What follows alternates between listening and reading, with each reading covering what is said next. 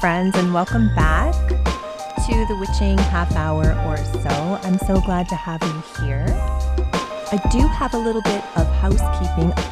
I have a class coming up for you guys. Now, I put this together after teaching at the First United Spiritualist Church.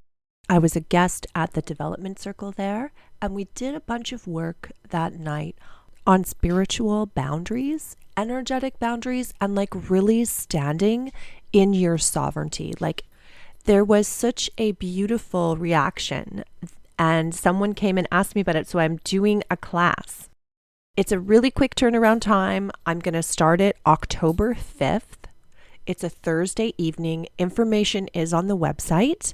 It is going to run for 3 Thursdays in a row. It's over Zoom, so it doesn't matter if you're not in the Lower Mainland. You can come to this class. Yeah, I'm really excited about it. So I really hope if this resonates, please follow the links in the show notes, follow the links in the description, and go sign up before you listen to the rest of this episode. Okay? Okay.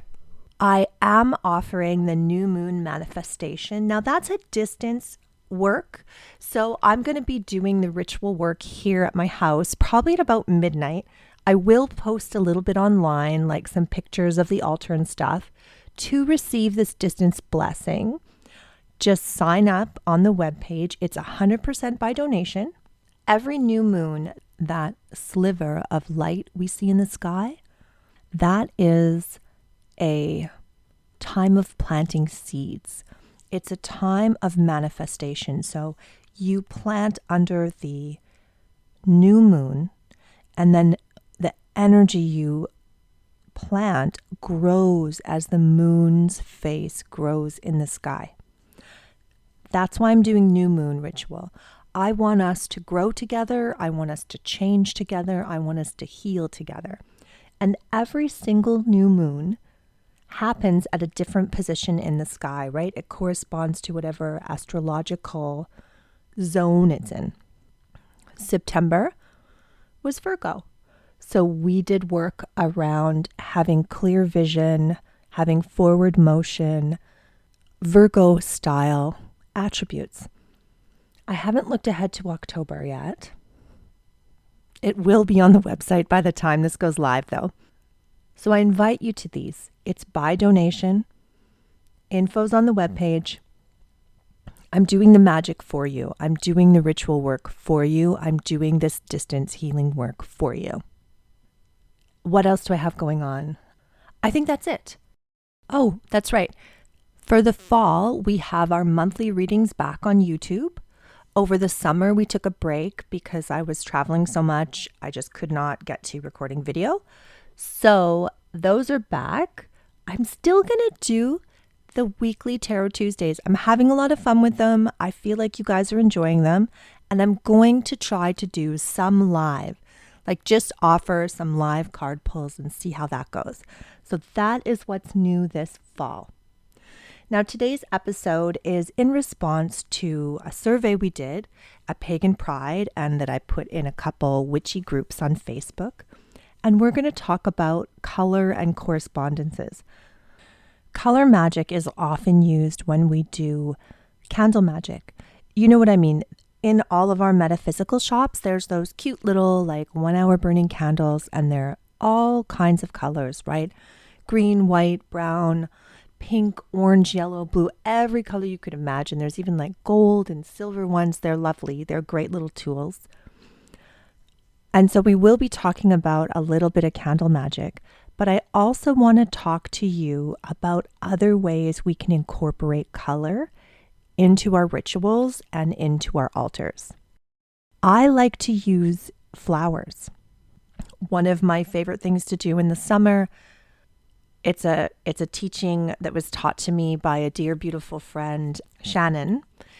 Shannon and I spend a lot of time on our paddleboards together, and she always brings flowers. And I have picked that habit up, and making mandalas on my board, making mandalas or trying to make mandalas in the water, but picking a flower, even picking flowers that I buy for my house based on the kind of energy I want to welcome in. Now, my flora and fauna is not good enough to actually do like this flower means X. So I just use the colors. And these are familiar things in a lot of like mundane stuff. If you think about buying roses or buying carnations, right? Pink is a friendship rose. Red is a love rose. Yellow is, I believe, for moms. I don't know.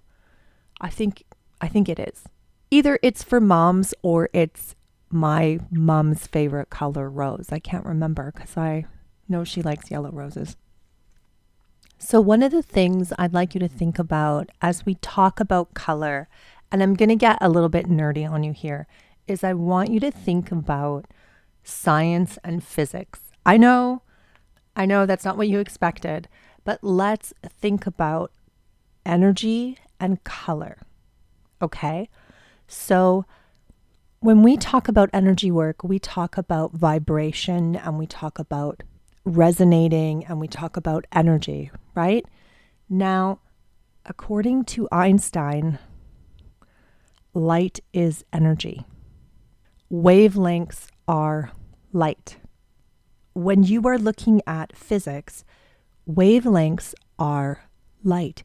Each color has a different wavelength. Some of them are visible to the human eye and some of them are not. Like ultraviolet light is a wavelength that our eyes can't pick up. I know it's kind of feels a little bit crazy. Most of us are more grounded in our creative mind and in that idea, but I want you to remember that color is a wavelength and that is energy, right? So each color has a wavelength, has a vibration, has a energy to it. And that's what we're tapping into when we're working with color, right? We are working with the energy wave. That's all. That's okay. I'm going to leave it at that. Put that in your pocket. I want you to think about light and color, not just as what you see and not just as the pigment that goes into making it, but actually as an energy form. Okay? Okay. Now let's talk about, I'm just going to run through really quick some of the colors of the rainbow and some of their correspondences. You don't have to remember this. I'm going to put it together. I'm going to put it in the show notes. Like I'll make a nice little chart for you that's all cute and everything. Okay. All right.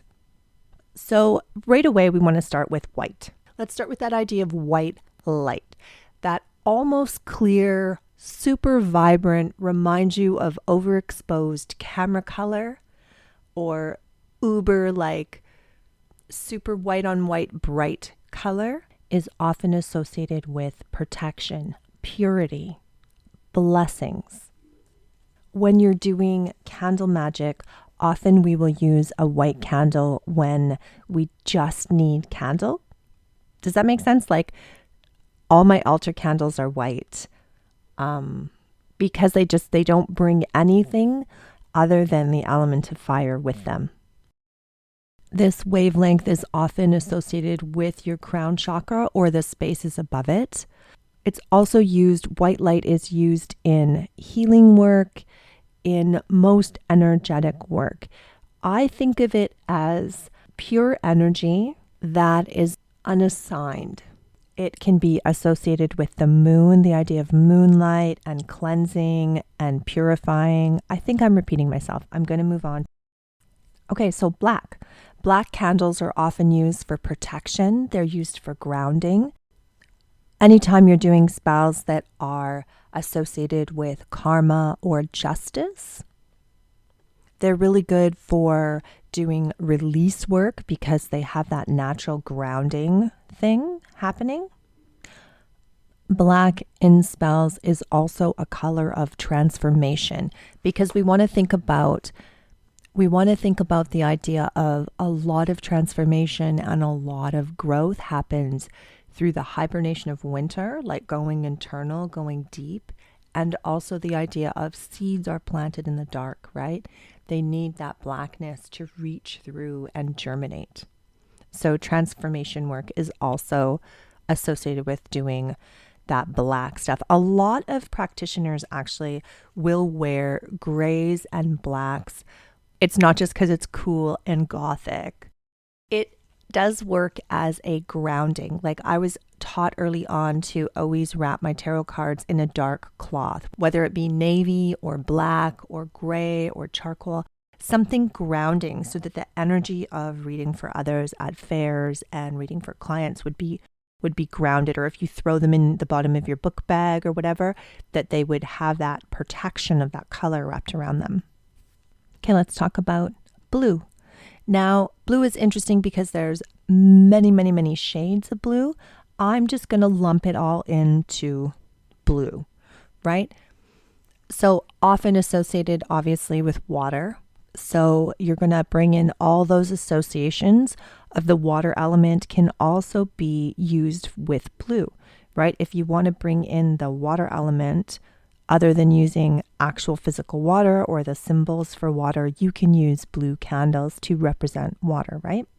So again, because of that, it's going to be associated with the direction west because that is where in a traditional circle we put water. Blue is also associated with attunement, communication, with spiritual healing, not physical healing, but like spiritual healing. It's associated with the loving, nurturing mother instinct. Again, that's a relating to water thing because women and water and that whole birthing process is so water. It is associated with the moon. A lot of people picture moonlight as blue, like that ethereal moonlight as blue.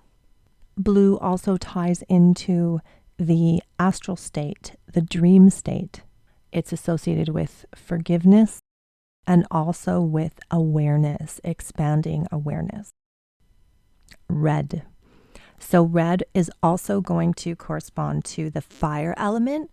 So the same thing with blue, red is going to be associated with the south and with all of the things we associate fire with. So power, willpower, transformation. It's going to have associations with sexuality, with passion, with being in that real primal life blood, life force energy. Okay?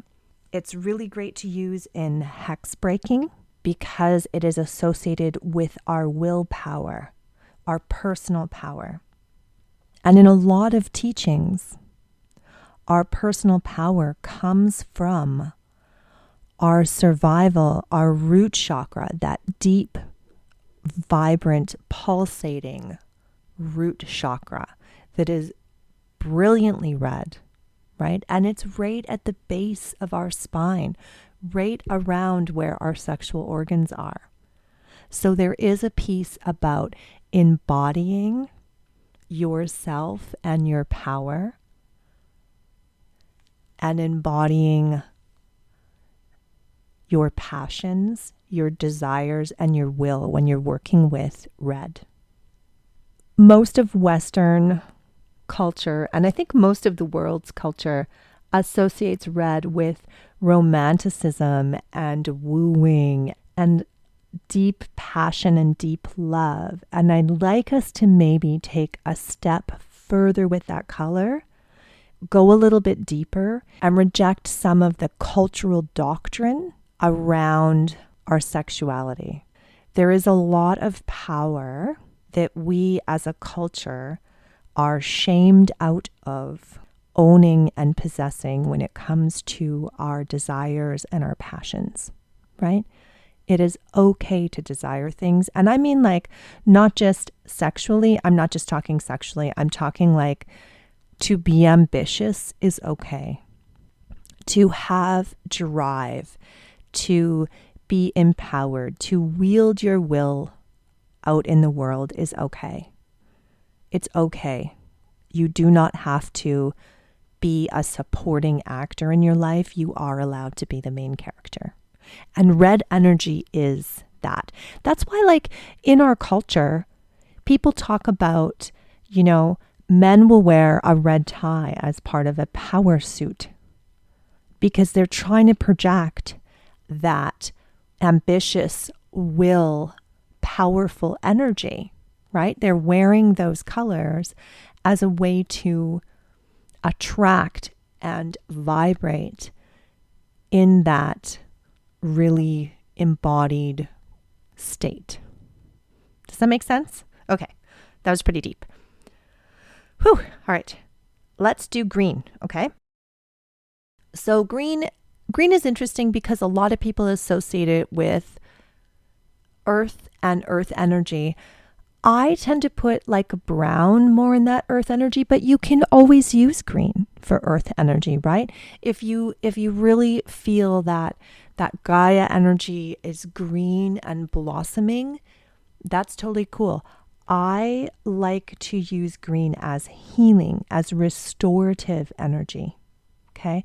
And think about too, like if we think about our chakra system, which I'm going to talk about in a minute. If we think about our chakra system, right, it's our heart center that is green, right? That healing, that rejuvenating, that nurturing. And we do associate that with the earth. So it's really kind of like 6 of one, half a dozen of another. Where do you feel drawn to when you're practicing? What resonates for you? Do you want to use a brown candle for earth? Or do you want to use a green candle? You can adjust these things. You can zhuzh these things to your aesthetic. There is wiggle room. However, correspondences are a real thing, like the energies are a real thing. So you cannot just grab a purple candle and decide that's earth energy, right? Like there's room to wiggle in these witchy paths we walk. And there is so much room to make this an expression of yourself and to make your casting and your spell work and your energy work a real expressive process. There are structures to stay within, right? Just like anything in life. Like you can't just start calling pasta sauce gravy and serve it on French fries and expect that to be accepted, right? There are structures. We can judge them, but we don't want to make a complete mockery of the energies we're working with because we are so attached to our individualism. Okay, so we were talking about green.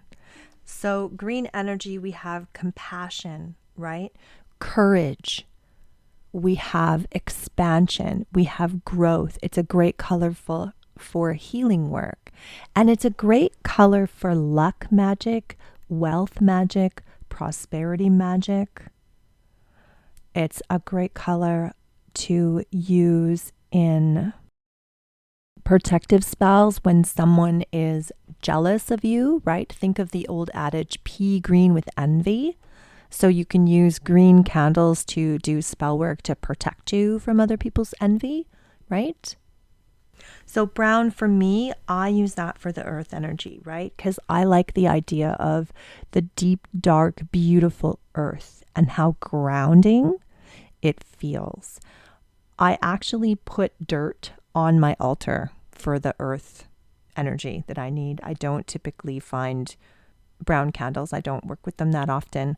They're harder to find. I do find if I need a brown candle or a real earthy candle, I will use beeswax, just natural untreated beeswax, because it's got that real kind of creamy, beautiful tan color to it. Brown is a great color for balance. It's great for working with animal energy, working with pets, working with any kind of earthy energy. It's really good energy for hearth and home.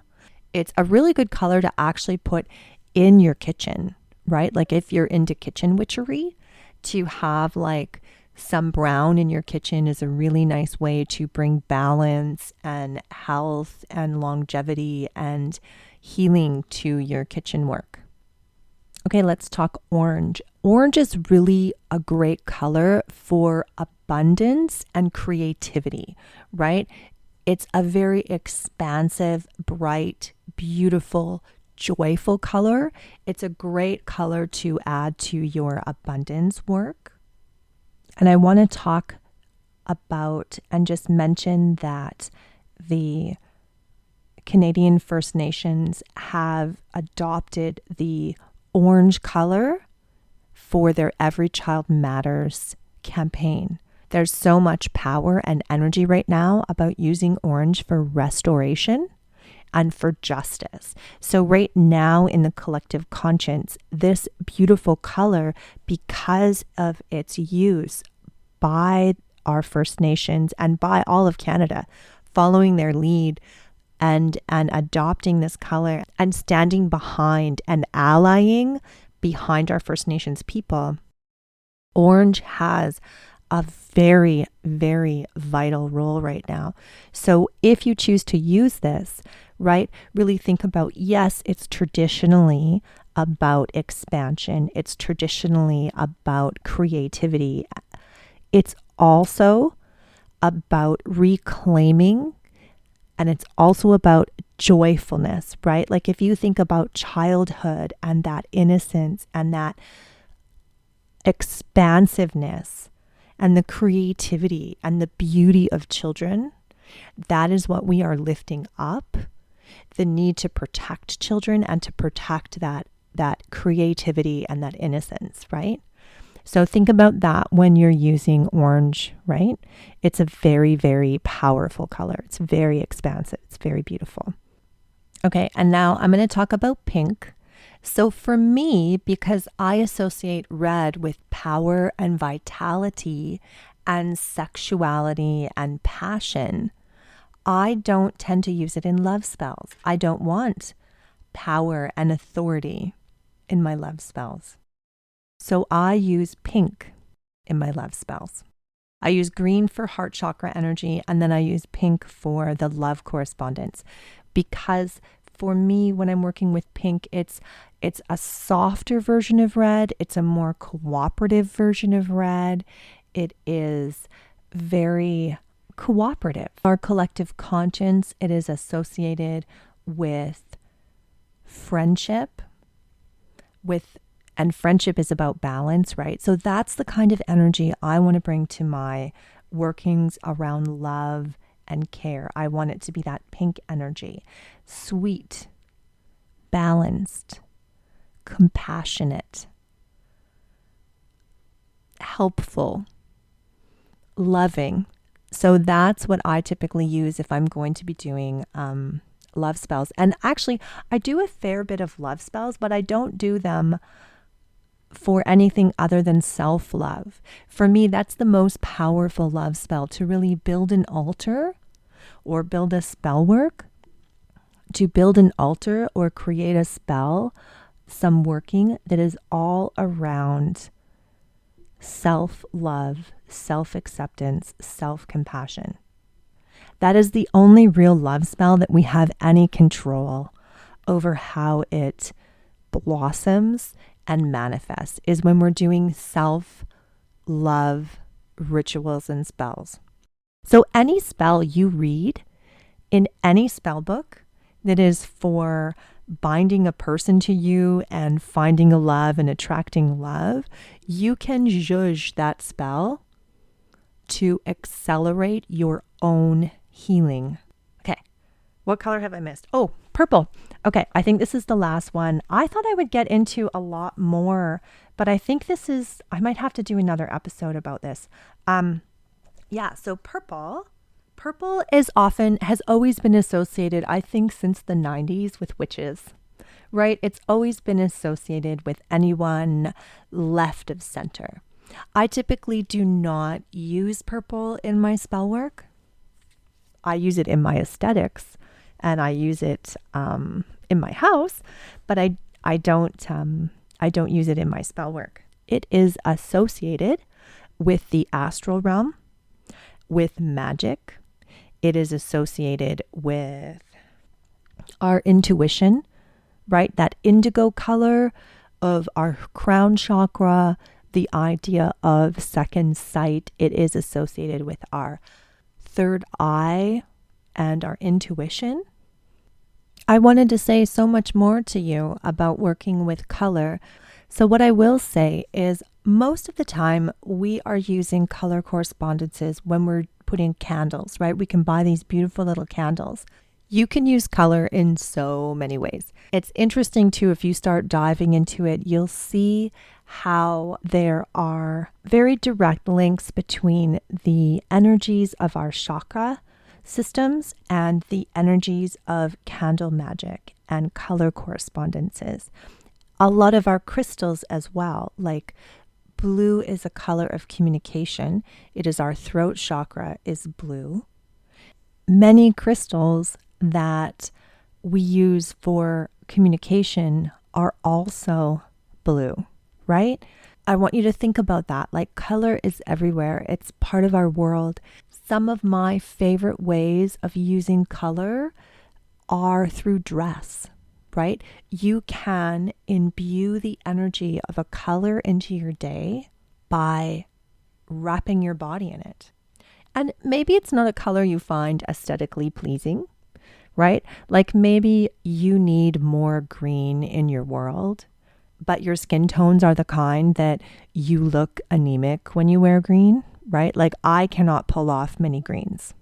My daughter, she can. She can pull off any jewel tone. She's gorgeous. I, not so much.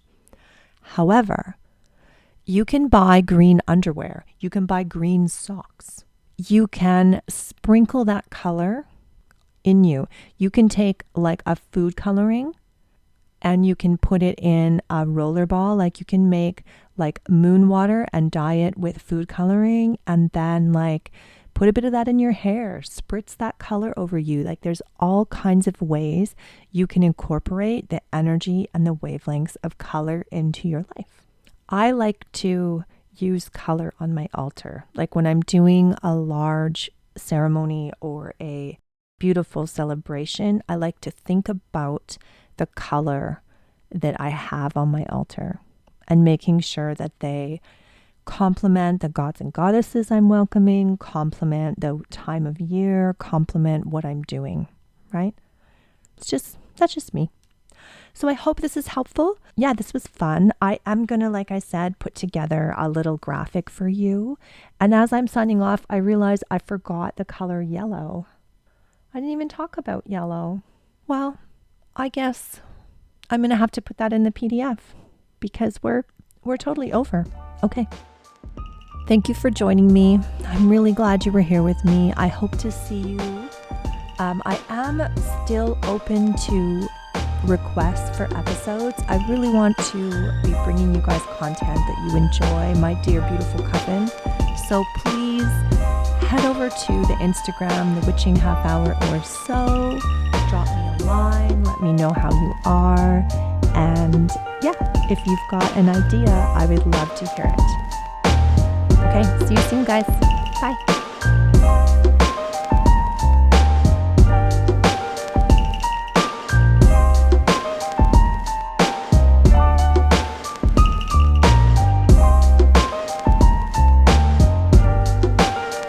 I don't know if that's making sense. I think I have to get that part out. Have associations with power, with sex. Sorry. That is funny. Pure energy that is not, how do I say this? Unassigned. Does that make sense? No, that doesn't make sense. I'm saying lots of things.